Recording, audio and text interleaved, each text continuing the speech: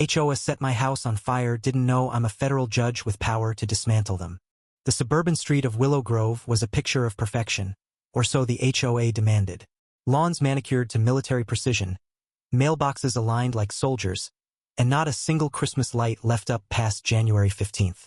At the helm of this pristine dictatorship was Karen Whitaker, the HOA president, whose clipboard was her scepter and whose rules were law. Her piercing eyes missed no thing a weed, a slightly off-color shutter, a car parked an inch too close to the curb. To Karen, Willow Grove was her kingdom, and she ruled with an iron fist.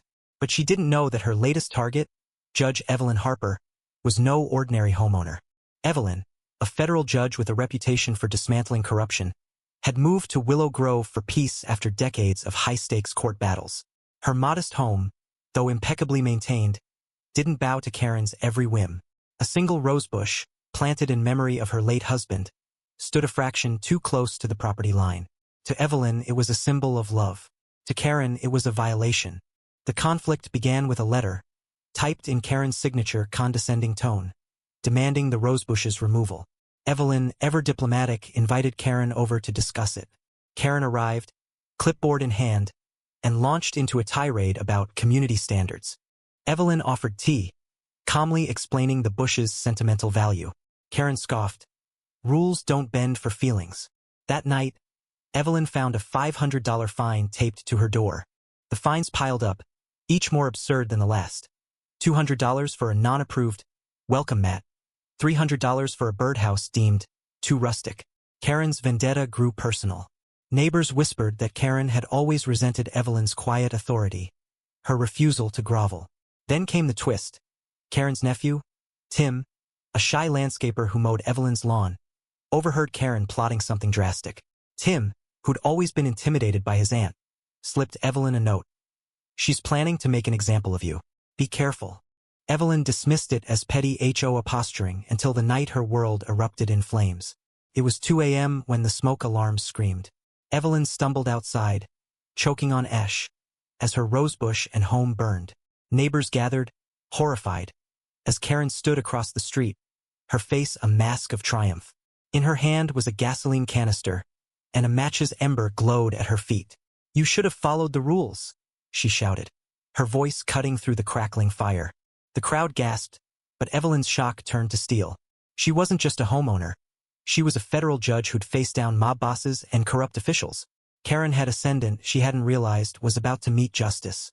As firefighters battled the blaze, Evelyn called her old colleague, Assistant U.S. Attorney Maria Chun. By dawn, Karen's actions were under federal scrutiny. Arson was a felony, but Evelyn uncovered more.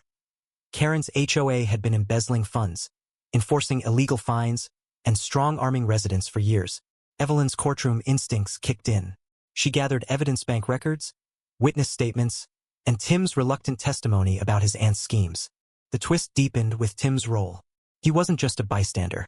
He'd been skimming HOA funds under Karen's orders, paralyzed by her control over his life.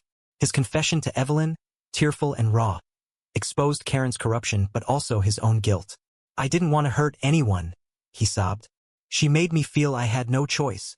Evelyn saw a scared kid trapped in a toxic family dynamic, and her heart softened. She promised to advocate for leniency if he testified. In court, Karen's smugness crumbled. Evelyn, presiding with a gavel as sharp as her mind, laid out the charges. Arson, fraud, extortion. The evidence was ironclad. Karen's kingdom fell apart as neighbors testified about her tyranny, families fined into debt, others bullied into silence.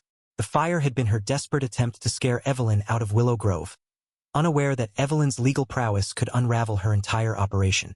Karen was sentenced to 15 years, her HOA dissolved, and Willow Grove's residents reclaimed their freedom.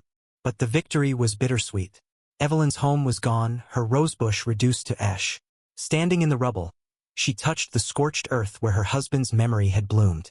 Tim, now free from his aunt's shadow, offered to plant a new rosebush. It won't be the same, Evelyn said, her voice heavy with loss. But it's a start. The neighborhood, once suffocated by Karen's rules, began to heal, but the scars of her reign lingered. Evelyn moved to a new city, her work in Willow Grove done. She left behind a community wrestling with its newfound autonomy, grappling with questions of justice and forgiveness. The fire had destroyed her home, but it had also ignited change. What do you think? Where does justice end and forgiveness begin in a community torn by such betrayal?